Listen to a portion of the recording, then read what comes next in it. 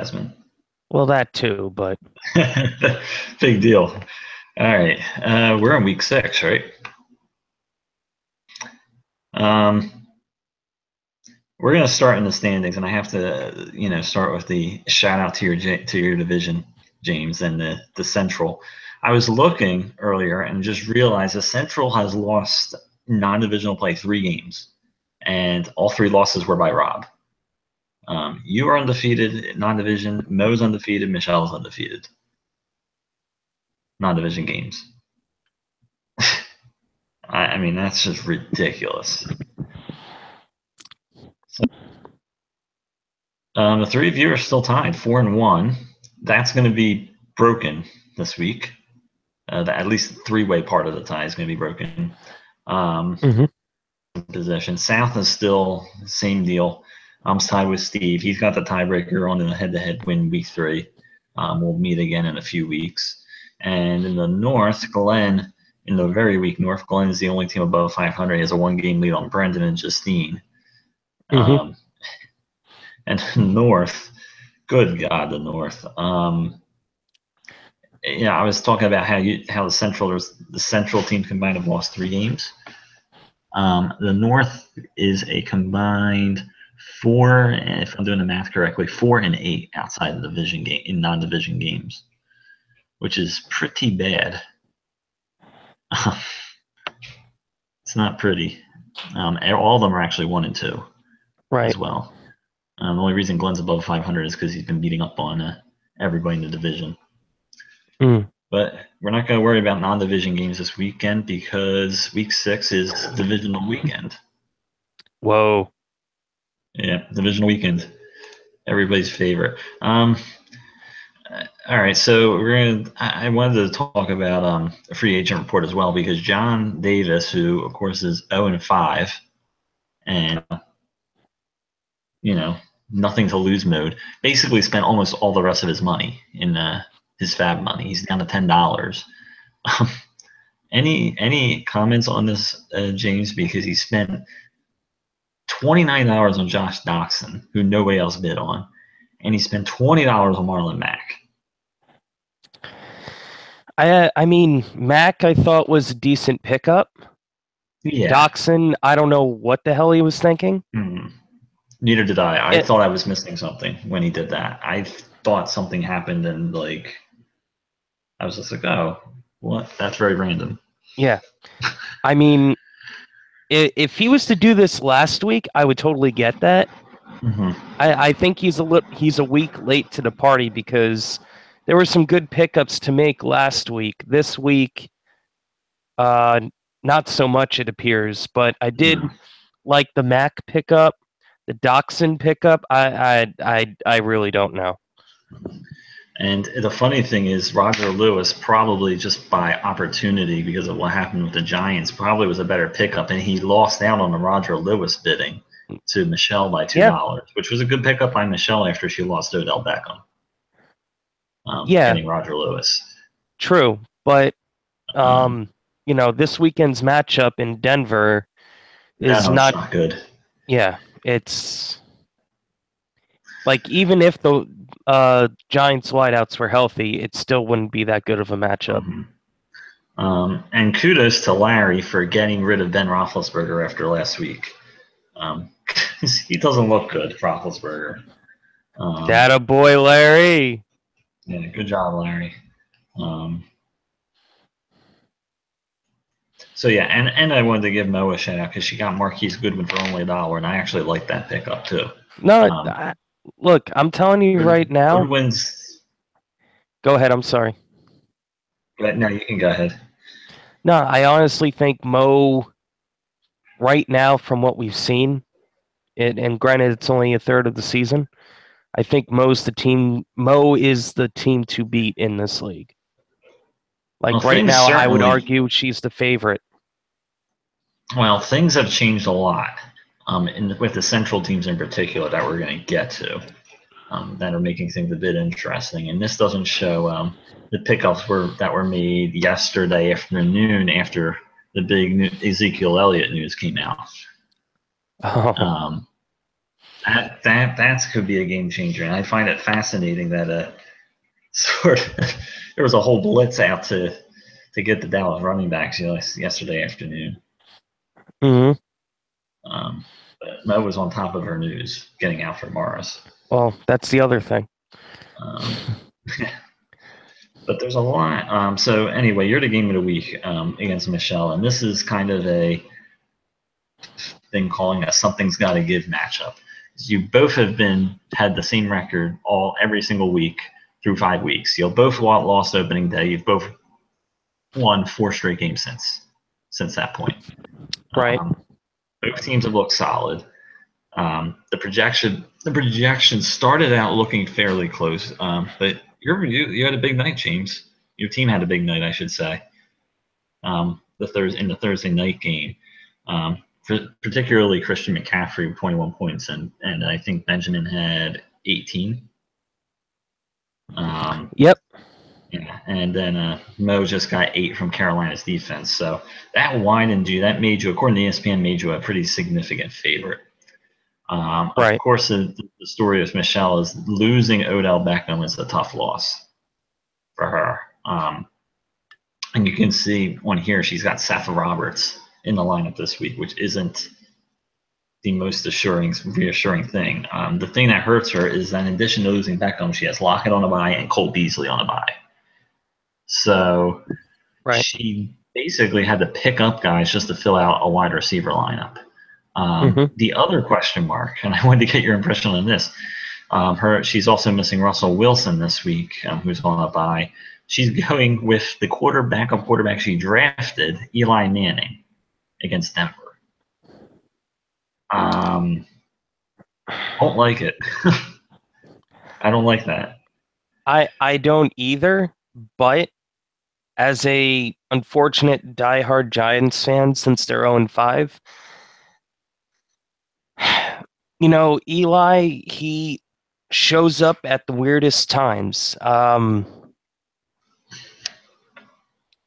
just saying, like, All right, in Denver against what appears to be a very good Broncos team and a right. very good Broncos defense. Okay.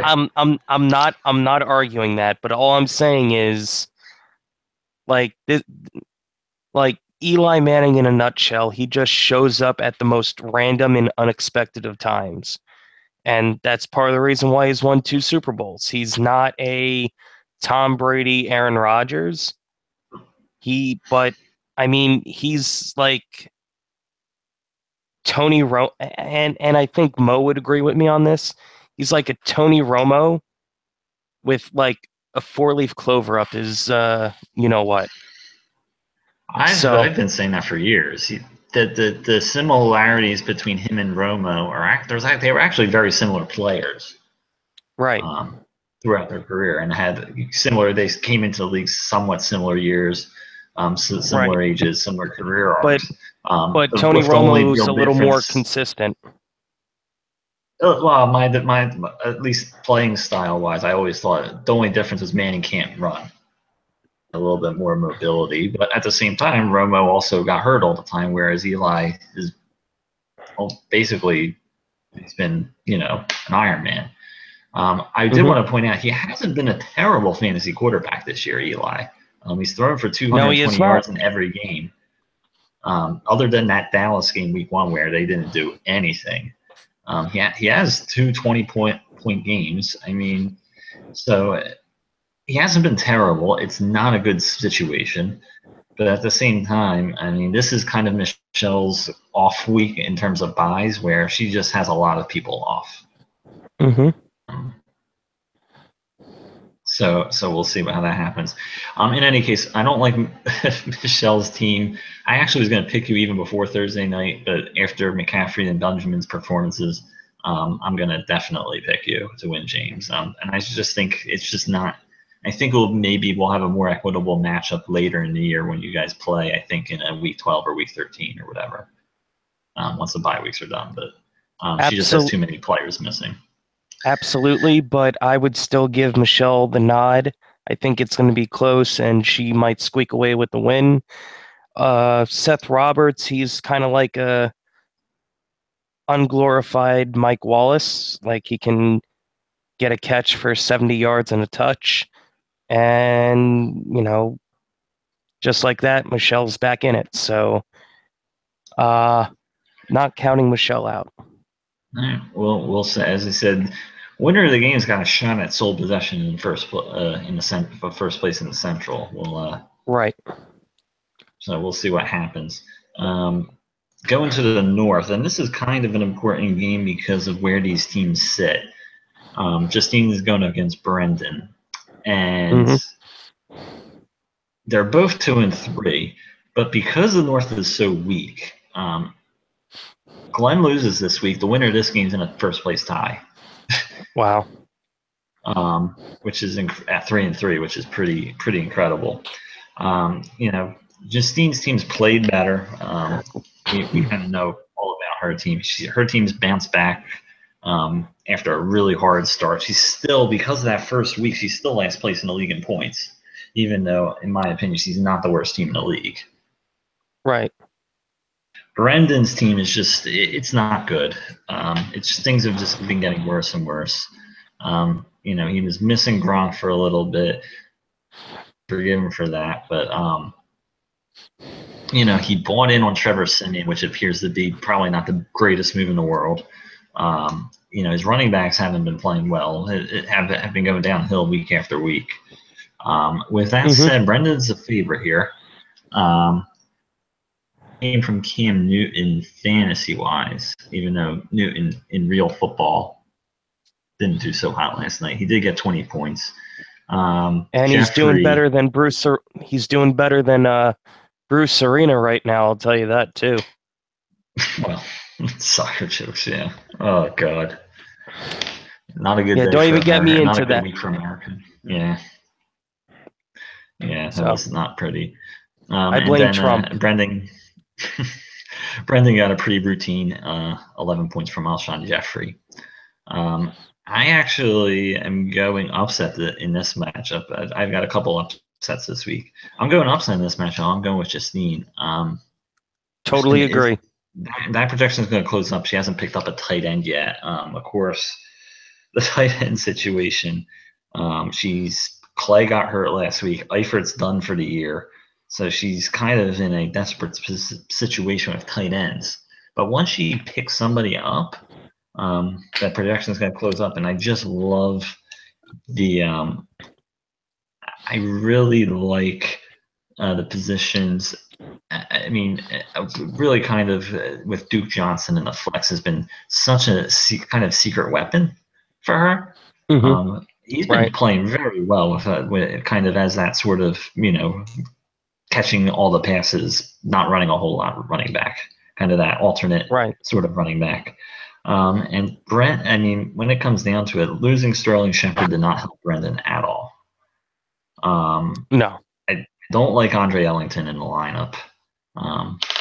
Right now he's got Willie Snead playing at wide receiver. I don't even know if Snead's played in a game yet.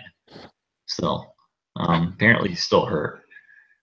So there's just too many question marks for me. I'm going Justine, and you agree? It sounds like. Yep. Absolutely. All right. Anything else to say on that? No. No. Moving right along to my matchup with Joe. Joey. Yeah, you want to talk about. You wouldn't think I'm the 4-1 team and he's the 1-4 team here looking at projection, but that's where it is. That's where we're at. Joe's a 12-point favorite. Into 6 points now. Devin Funchess was very ordinary and didn't do much last night for Joe, but he's still favored. It's mostly, running back situations. He's in great shape. I'm missing AJ Green on the bye this week, which really stings a lot because I don't quite have the depth to handle that. And I guess sort of the downside of making a Deshaun Watson trade, which I was thrilled to make after what he did last week, is that my running backs are depth is even worse than it was before. My options in fielding a lineup are kind of limited at the moment. I think Joe's. I think his running backs, he has a major advantage, and I do think he can match up with me at wide receiver this week, with me missing AJ Green.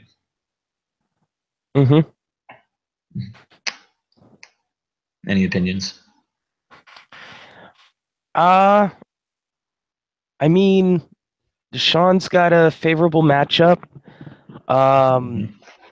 but Mariota does too. You know what? Just going with my gut here, because you're going 2 tight end sets again, I'm going to pick you. 2 tight end sets worked very well last week. One thing, and I'm telling you, it's a beautiful thing. It's a beautiful thing. We'll see. Another thing to watch out for, obviously. Again, Mariota is apparently a game time decision again. Right. This week. Now, it doesn't matter for Joe because Tennessee's playing Indy Monday night, and he has Jacoby Brissett. So he can make that switch Monday night. He wouldn't be – he's not in a bind like somebody else would be. But, it could be a factor. It could be a factor, especially considering the game so late in the week. And, it was funny. We made that call last week, you and I, we felt if Mariota didn't play, Joe was going to lose. And guess what happened? So, yeah. More Central Division fun. Mo against Rob. Interesting one because Mo is not favored very heavily against Rob, who is dropped 4 in a row. I made note of this. A lot of long historical losing streaks here. If Rob loses this week, it ties for his longest losing streak in this league. Wow. He had a 5-game. I'm not sure if anybody remembers this, but it was 2013. He was actually 6-2, and had an incredible collapse. Lost 5 straight games and missed the playoffs at 6-7. Wow. That was his. Yeah. That 5-game losing streak was the longest he's ever had, and he could match it this week. There's not. I mean, the thing is, though, Mo's team does not leave much of anything inspiring. Especially, she played Torrey Smith this week. He didn't do much. I think he had 1 catch last night. Devontae Parker's injury obviously hurts her in that regard. And then there's the Ezekiel Elliott. In terms, Elliott has a bye this week, so really she was going to be without him anyway. But say worst case scenario, he's out. He serves a 6-game suspension, which we don't know if that's still going to happen. He's out the rest of the fantasy regular season. Right. Or almost, pretty damn close. So that's going to be something to watch for, because she's not like, say, Team Jersey Devils that has a ton of running back depth, though she does have Jared McKinnon, who's playing this week. So it's going to be something to watch out for. Rob's problem is that he just hasn't gotten any consistent production out of the wide receiver position. He's continuing to play Dante Moncrief, who's been mostly a non-factor. He's got Eric Ebron in at tight end this week, I believe. He's got, I don't know, awful this season. Juju Smith-Schuster shouldn't be in a starting lineup. Stewart, we were talking about bad performances. He got a zip last night. Right. I believe, what was it? 8 carries for -4 yards. Well, let's give Philly credit. They've had some really good defense play, especially the Eagles' front defense 4. is very good. Yep. No, their front 4 is outstanding.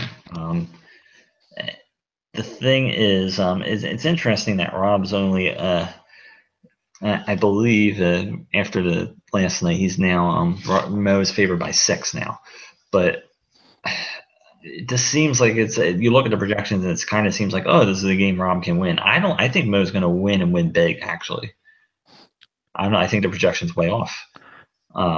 Totally agree. Yeah, it just Rob kind of went in with the Breeze Thomas combination. That really hasn't come alive totally. Carlos Hyde's banged up.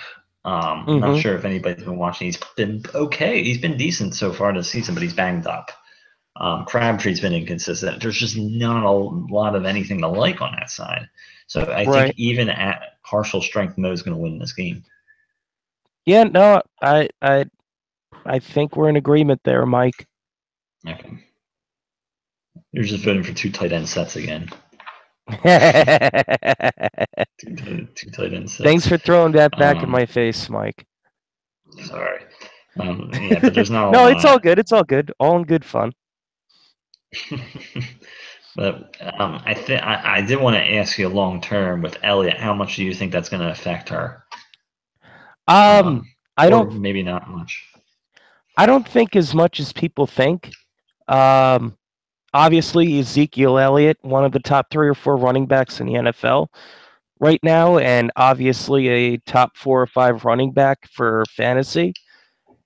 But Mo's very smart. She's up to snuff with all the news in the NFL, and she has McKinnon, who right now is the pass catching back in Minnesota.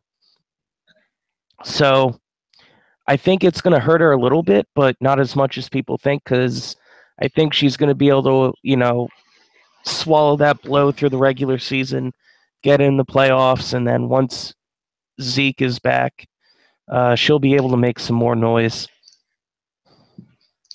Um, See, I disagree with you just because I don't, and I can see it right now. She's going to start if Zeke is suspended, she's going to play Alfred Morris, and I think that would be a mistake to do that.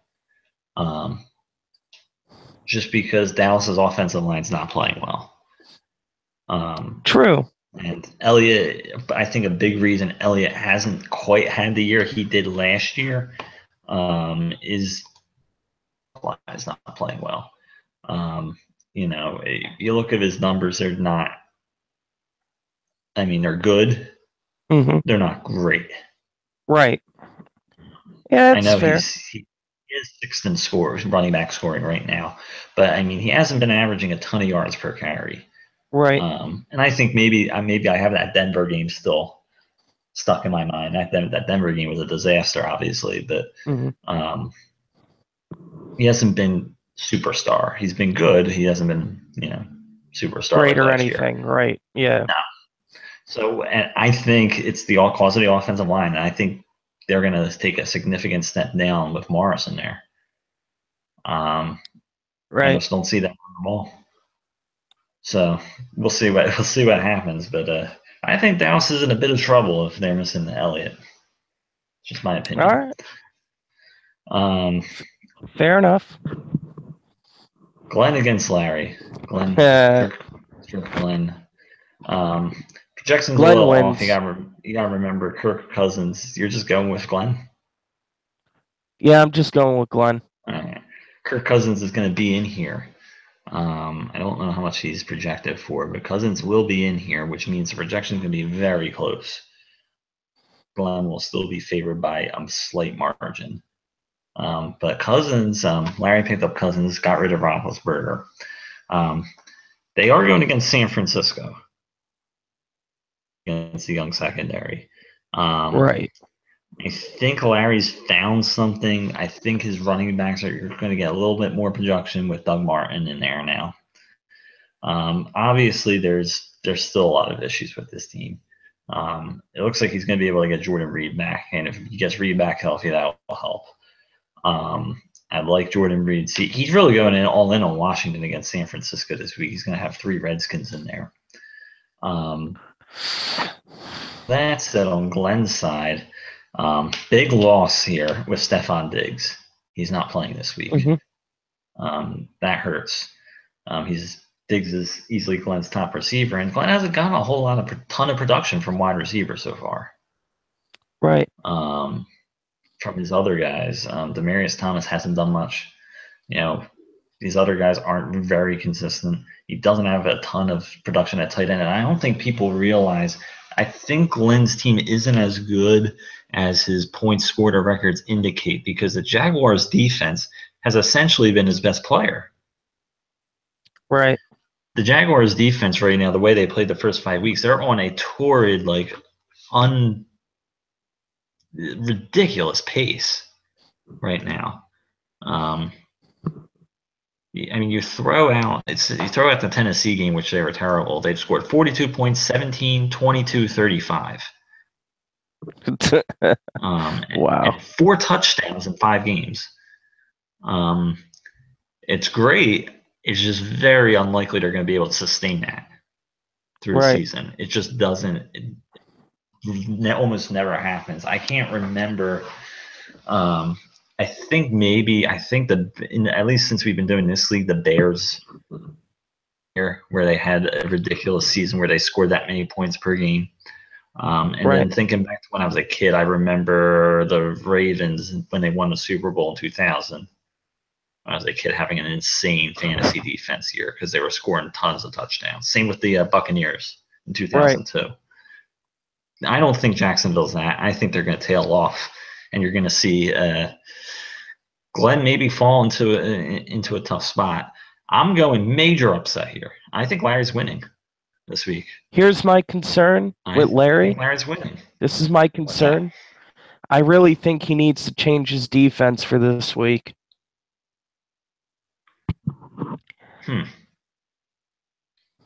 And I'm concerned about his flex with Shane Vereen.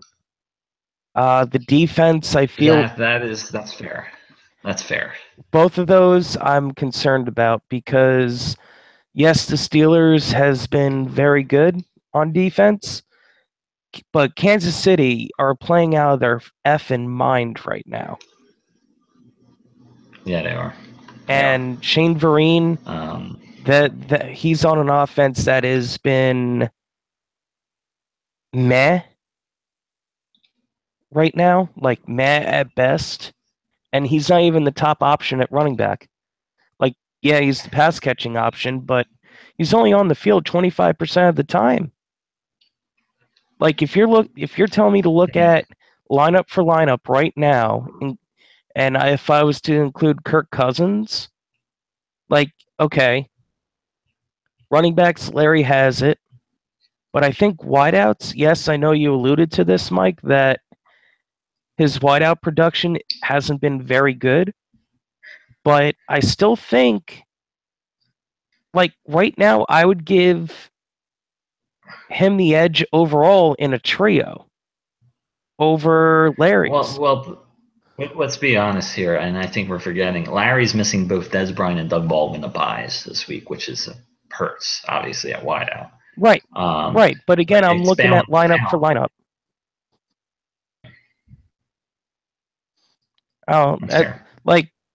I mean, the only wideout that he has that I feel comfortable with right now is Devontae Adams.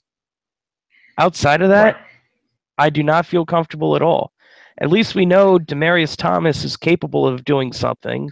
We know Randall. But he hasn't done anything. No. He hasn't done a whole lot. But can we be honest right now? The Giants' defense, they haven't been able to do that much. Okay. That whole team's in flux.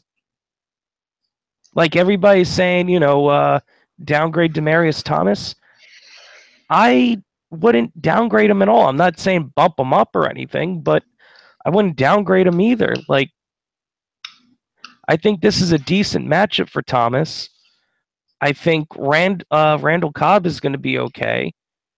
And Marvin Jones in New Orleans, that has the potential to be a shootout, especially if Matt Stafford is quarterback. So you don't like that, so I'll shut up now. Well, no, Glenn's team, and I think at least for me, for the analytical side of me, we're at that point of the season where do take a lot of what they've done so far in the first 5 weeks into account. because Okay. you can't. And I start to toss out what we believed was going to happen in the preseason. All right. Because at this point, it's you got to stop thinking. At least for me, I stopped thinking about what were they supposed to do as opposed to what are they actually doing. And yeah, I Right. look at Okay. matchups and all that sort of thing, but I mean, and it's not just the wide receivers with Glenn. I mean, Frank Gore is getting fewer and fewer carries. We talked about Marlon Mack Right. earlier. I think Gore is going to lose Right. the job at some point in the season because Mack has just looks Yeah. so much better in there. You Absolutely. know, and Tariq Cohen doesn't have a good matchup against Baltimore. Yeah. So I don't think this is going to be a very high scoring game. Let's put it that way. I don't think either team has a very strong lineup, at least this week. Both of them are missing key receivers, which is hurting. Hmm. But I think Larry's got a chance. It's going to be a very close game. I think Larry can pull it out. Again, the Jaguars, it's hard to predict Glenn's games because of the Jaguars' defense. It's hard to predict defenses, and they've just been playing otherworldly. With that said, the Rams, they're playing the Rams. That's actually going to be a very Right. interesting game, Rams Jaguars, and who knows what's going to happen with them this week. True. Because you got to remember, I mean, the Jaguars were torched by Tennessee a few weeks ago. Right. Fair. So we'll see. Again, this is kind of an important game for Glenn because he's going to end up losing his hold on first place in the North with a loss. He's going to end up in a tie with Justine and Brendan, whoever wins that one. So we'll see what happens. By the way, I was going to talk about long losing streaks. I believe a loss this week, and Larry also ties his longest losing streak ever. Wow. So, I mean, guys that normally do well in this league having rough years. Last game, aka the Team Jersey Devils game of the week. There's been bad luck in John's run. Last week his team played very well. They just happened to be matched up against my team, that one top scorer. Right. Hard luck leak. John's lost 6 in a row. That's his worst losing streak ever. There's only been 3 teams in the league that's ever started 0-6. It was I'm trying to think off the top of my head. I wrote this down. It was Glenn in 2010. I'm sure you remember that. Our senior year of college, James, is Yes. completely awful luck season. He started 0-6. Yep. We have, of course, Jordan Palladino. Do you remember him? No, I don't. In his, well, we don't remember him. That's right. In his 2012 season where he started 0-11. And then, of course, Chris Birthright last year. So, I mean, it's just every week you look at it and say, oh, John's got a shot. And then something happens. Whether it's one of his players doesn't do well, it's bad luck. Just something has happened every week to really mess things up for him. Right. Looking at this week, a lot of players were in last night for both of these teams. Woj is not in a great spot right now. All of his players, he actually got projection from his Ed Nixon Eagles defense and Jake Elliott. They all virtually match their projections, which is pretty strange. And Right. on the other side, Zach Ertz exactly matched his projection with 15 points. So it's very bizarre in that case. So Woj maintains his 2-point projected lead. The actual projected score has not changed from the original projection you see on the screen. Same exact score. That's pretty. I don't remember that happening with so many players having played. It's pretty uncanny. Of course. This is going to be a close game, though. You've got a good 2 premier running backs going heads up. Kareem Hunt against Leonard Fournette, which is going to be really nice to watch. But big but here. My pick is Woj to win again. I just don't trust. I get John has to, do something here, but Jamison Crowder cannot. He's not doing anything. And as I said, you got to start playing guys based on what they're doing and not what they were expected to do in the preseason. Jamison Crowder hasn't done squat the entire season. He Right. shouldn't be in the lineup. You Right. can't tell me there's not a better wide receiver on the free agent market. That is a huge, huge downside when Woj actually has a deep. It's pretty deep at wide receiver of Hopkins, Tatum, Matthews. Mm-hmm. Like all three of their matchups. I do think it'll be interesting to see a bit of a wild card as quarterback because Woj, of course, didn't draft a backup in the draft, and Tyrod Taylor's off this week, so he's going with Josh McCown against New England. Right. It was interesting that Woj, well, he picked up McCown. He couldn't pick up Roethlisberger is not available till Sunday. But it was interesting. I found it interesting because Roethlisberger was waived on Thursday. But found it interesting which went with McCown over a couple other guys that were available. So quarterback is usually it's hard to find a quarterback on waivers because so many teams keep backups. But that's a bit of a wild card for me. I don't know what's going to happen with McCown. Elijah McGuire kind of on that same thing. I'm going with Woj in this one. And I agree. Mm-hmm. Just flat out agree. You're at all the points that you just made. I definitely agree with. Yeah, and I don't know what to tell John because his team's not the worst team in the league, and he's got to win the game, right? He has to. I mean, this is not a bastard city team from last year. This is not. No, it is not. I mean, he's got the number one tight end and the number one running back for crying out loud. I don't know. I don't know what else to. It's just been a combination of bad timing, decisions, and bad luck. I mean, it's just pretty remarkable. Pretty remarkable. Alrighty. Anything else? We're just about finished. No, that's it. Good luck, everybody, and just make sure you get to watch Sam Mills on A Football Life tonight. It should be a great documentary. Yes. For everybody, we have a lot of Montclair State alum in our league. I think 7 of us? At least. Or 7 of us have gone there at some point, yeah, at least. And, of course, Sam Mills went to Montclair well before any of us were born. He's arguably the greatest Montclair State athlete of all time. Mm-hmm.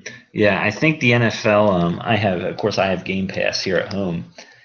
So part of the Game Pass subscription I get, in addition to getting to watch all the games, is you get all the NFL Network shows, documentaries and stuff on demand. And I think they accidentally uploaded the Sam Mills episode this afternoon before the whole thing premiered.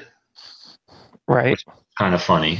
So I watched half of it, and I got to at least see the Montclair State portions at the beginning, and it was really cool to see Fred Hill, to hear Fred Hill talking about him. They did have one of his former Montclair teammates too. They interviewed. I can't remember the name. And the guy just making a comment of how they would kid with Mills when he was at MSU about how when they saw how good he actually was and kidding with him, like, why the hell aren't you somewhere else? Right. But that was an example. I'm doing too many spoilers. Mills was kind of an example of he did not get recruited out of high school because he was too small, and that's about it, straight up. Yep. And to be honest, right now, Mike, I'm gonna sign off and turn that on my DVR. So, good night, everybody. Good luck. Take care. Thank you, Mike, as always. Mm-hmm.